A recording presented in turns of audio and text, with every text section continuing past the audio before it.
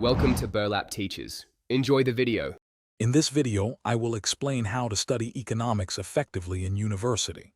First, focus on building a strong foundation by understanding core economic principles deeply. Ensure you master essential mathematical concepts, as they are crucial for economic analysis. Actively participate in all lectures and discussions to deepen your understanding.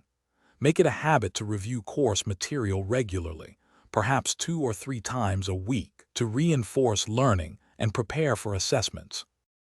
Next, apply what you learn through consistent practice.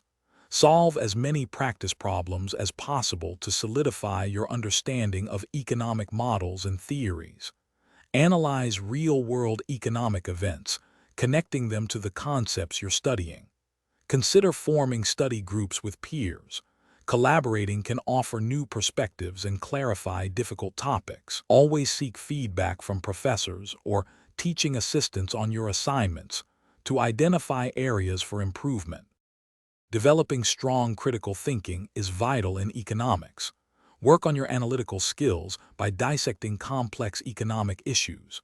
Beyond textbooks, read academic journals and articles to stay current and explore diverse viewpoints. Practice formulating and defending your own economic arguments, supported by evidence. It's also important to understand different economic schools of thought, recognizing their strengths and limitations, which enriches your overall perspective on the subject. Finally, leverage all available resources to enhance your learning. Utilize university resources such as tutoring services or academic support centers.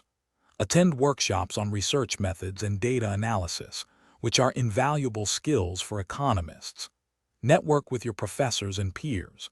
These connections can open doors to research opportunities or career advice.